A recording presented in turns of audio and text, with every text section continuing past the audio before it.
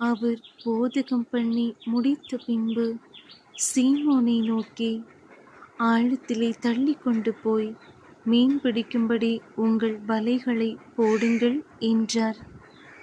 லூக்கா 5ஆம் அதிகாரம் வசனங்கள் 4 முதல் 7 வரை. அவர் போதகம் பண்ணி முடித்த பின்பு சீமோனை நோக்கி, ஆழத்திலே தள்ளி கொண்டு போய் மீன் பிடிக்கும்படி உங்கள் வலைகளை போடுங்கள் என்றார். அதற்கு சீமோன், ஐயரே, ரா முழுவதும் நாங்கள் பிரயாசப்பட்டும் ஒன்றும் அகப்படவில்லை. ஆகிலும் உம்முடைய வார்த்தையின்படியே வலையை போடுகிறேன் என்றான். அந்தபடியே அவர்கள் செய்து தங்கள் வலை கிழிந்து போகத்தக்கதாக மிகுதியான மீன்களை பிடித்தார்கள்.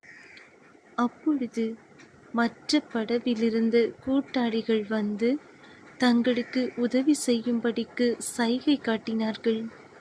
அவர்கள் வந்து 2 படவுகளும் அமிழத்தக்கதாக நிரப்பினார்கள்.